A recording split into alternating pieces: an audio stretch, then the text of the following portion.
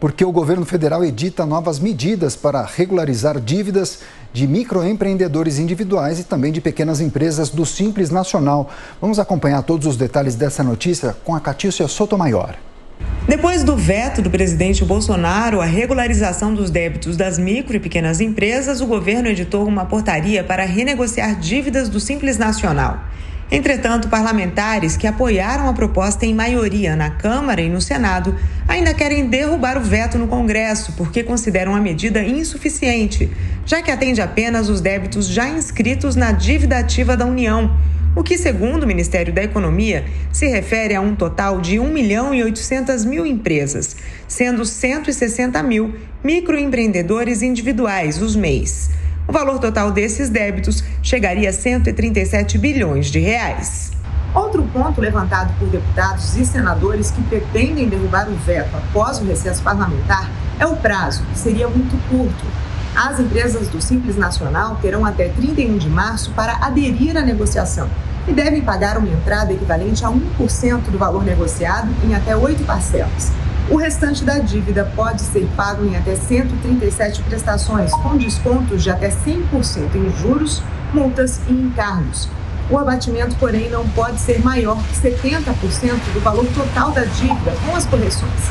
Para débitos de até R$ 72.720, é possível aderir ao modelo de entrada de 1% e desconto de até 50%, conforme o prazo escolhido para o pagamento.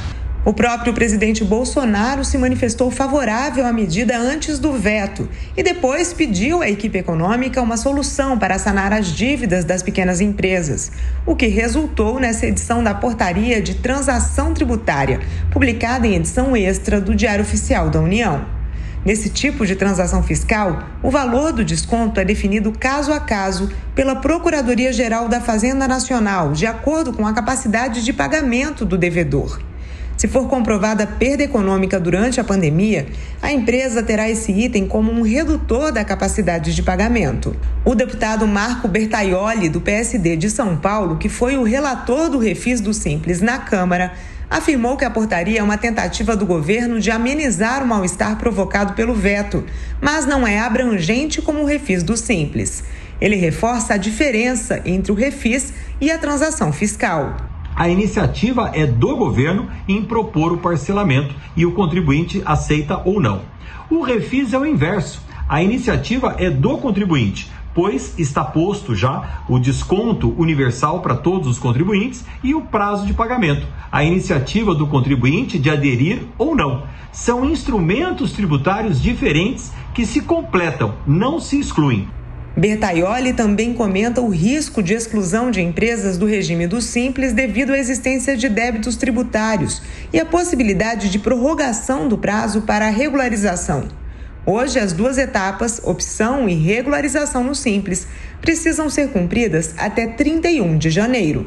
A proposta é que vá para o dia 31 de março, dando tempo suficiente para que em fevereiro o Congresso Nacional possa derrubar o veto ao refis, ele ser promulgado, as empresas possam aderir a este parcelamento especial, que é isso que se trata o refis, e na sequência manter o seu enquadramento no Simples de 2022. O veto, que pode ser derrubado na volta dos trabalhos legislativos, impossibilita a renegociação de um total de 50 bilhões de reais em dívidas de micro e pequenas empresas no programa de reescalonamento do pagamento de débitos no âmbito do Simples Nacional, o HELP, que beneficiaria 4.500.000 empresas do Simples.